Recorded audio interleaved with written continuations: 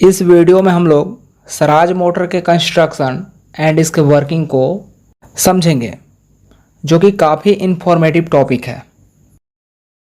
Induction motor एक type का inductive load होता है, इसलिए इसका पावर फैक्टर कम होता है एंड इसके स्पीड को कंट्रोल करना थोड़ा कॉम्प्लिकेटेड होता है। इसलिए इन ड्रॉबैक्स को ओवरकम करने के लिए इंजीनियर्स ने एक स्पेशल मोटर को डिज़ाइन किया जिसको स्वराज मोटर बोलते हैं।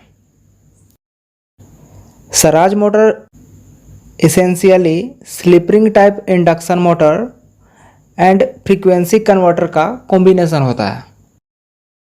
स्वराज मोटर का यूज़ वेरिएबल स्पीड एप्लीकेशंस में करते हैं, like cranes, fan, centrifugal pump, conveyors etcetera. Swaraj motor के रोटर पे दो टाइप का वाइंडिंग प्लेस्ड रहता है, that is primary winding and tertiary winding. Tertiary winding को रेगुलेटिंग वाइंडिंग भी बोला जाता है। दोनों वाइंडिंग एक दूसरे के म्यूचुअली प्लेस्ड रहता है। शाफ्ट के साथ स्लिप रिंग एंड ब्रश लगा हुआ रहता है, जिसके हेल्प से प्राइमरी वाइंडिंग में 3 फेज AC सप्लाई देते हैं एंड मोटर के स्टेटर पोर्शन पर सेकेंडरी वाइंडिंग प्लेस्ड रहता है। सेकेंडरी वाइंडिंग के जो टर्मिनल्स है वो कम्यूटेटर से कनेक्ट रहता है by the help of movable brushes, that is A1 A2 B1 B2 and C1 C2। 3 sets of brushes जो है वो एक दूसरे से 120 डिग्री अपार्ट होता है। ब्रश का अरेंजमेंट कुछ इस तरह रहता है कि इसके पोजीशन को व्हील के हेल्प से चेंज कर सकते हैं। जो व्हील है वो मोटर के बैक साइड में प्रोवाइड रहता है।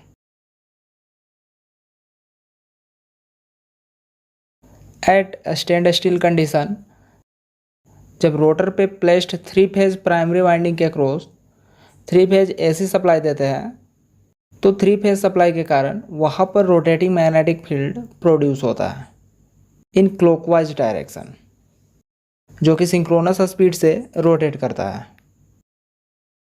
That is denoted by NS and NS is equal to 120 F/P। Since tertiary winding primary winding के साथ म्यूचुअली प्लेस्ड रहता है, तो ट्रांसफॉर्मर एक्शन के कारण same line frequency EMF tertiary winding में भी इंड्यूस होगा। टर्सरी वाइंडिंग और रेगुलेटिंग वाइंडिंग का मेन फंक्शन होता है लाइन फ्रीक्वेंसी को स्लिप फ्रीक्वेंसी में कन्वर्ट करना। Suppose all 3 sets of brushes जो है वो सेम कम्यूटेटर सेगमेंट के साथ कनेक्ट है।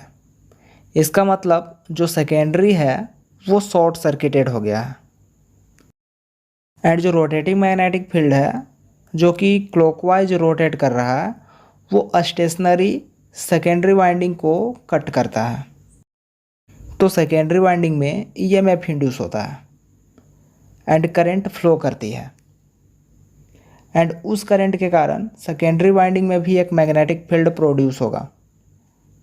From Lenz law secondary winding में जो करंट फ्लो कर रही है वो अपने काउज को ओपोज करेगी, तो सेकेंडरी वाइंडिंग में प्रोड्यूस होने वाला जो मैग्नेटिक फ्लक्स है एंड रोटेटिंग मैग्नेटिक फील्ड का आपस में इंट्रैक्शन होगा, जिसके कारण सेकेंडरी में टॉर्क प्रोड्यूस होगा in same direction of rotating magnetic field, that is clockwise direction.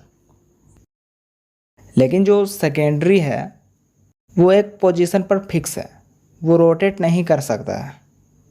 As a result जो रोटर है वो काउंटर क्लॉकवाइज डायरेक्शन में ANR स्पीड से रोटेट करने लगता है, मतलब opposite to the direction of rotating magnetic field.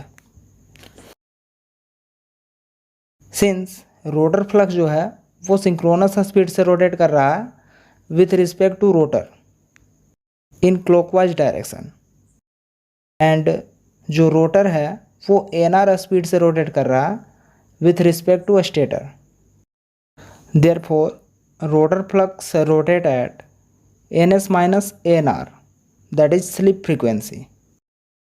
thus stator में इंड्यूस होने वाला EMF स्लिप फ्रीक्वेंसी का होगा। एंड इस स्लिप फ्रीक्वेंसी ईएमएफ को इंजेक्टेड ईएमएफ बोलते हैं।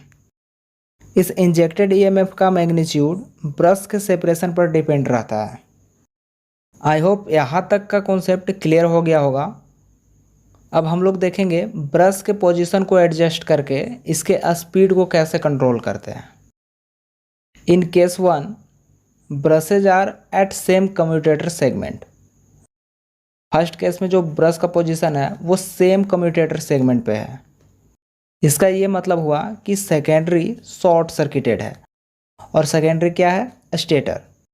तो इस केस में जो मोटर है वो inverted squirrel cage induction motor की तरह बिहेव करेगा। इसमें स्लिप पॉजिटिव एंड स्मॉल होगा। तो इस केस में मोटर सिंक्रोनस स्पीड से स्लाइटली कम स्पीड से रोटेट करेगा। केस बी में जो ब्रश है वो थोड़ा सेपरेट है। इससे क्या होगा कि ज़्यादा वोल्टेज इंड्यूस होगा, बट इंड्यूस्ड होने वाला ईएमएफ प्राइमरी इंड्यूस्ड ईएमएफ के ऑपोजिट होगा, इसलिए मोटर का स्पीड कम होगा।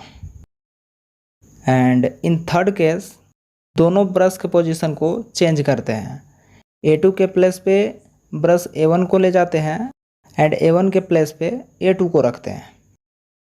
तो इसमें भी ज़्यादा वोल्टेज इंड्यूस होगा, बट प्राइमरी इंड्यूस्ड वोल्टेज के साथ सेम फेज में होगा। इसलिए इस केस में सराज मोटर का स्पीड इंक्रीज होगा and motor super synchronous speed से रोटेट होगा। इस तरह से ब्रशेज के सेपरेशन को एडजस्ट करके मोटर के स्पीड को कंट्रोल कर सकते हैं। सराज मोटर में पावर फैक्टर को इम्प्रूव करने के लिए इसके सेकेंडरी वाइंडिंग को टर्सरी वाइंडिंग से इलेक्ट्रिकली डिस्प्लेस्ड कर देते हैं, जिसके कारण सेकेंडरी वाइंडिंग में सम ऑफ इंटरवल के बाद ईएमएफ इंड्यूस होगा। एज ए रिजल्ट जो कोस फाई है वो अफेक्ट होगा, दैट इज़ पावर फैक्टर। तो कोस फाई जब अफेक्ट होगा तो उससे हम लोग पावर फैक्टर को कंट्रोल कर सकते हैं।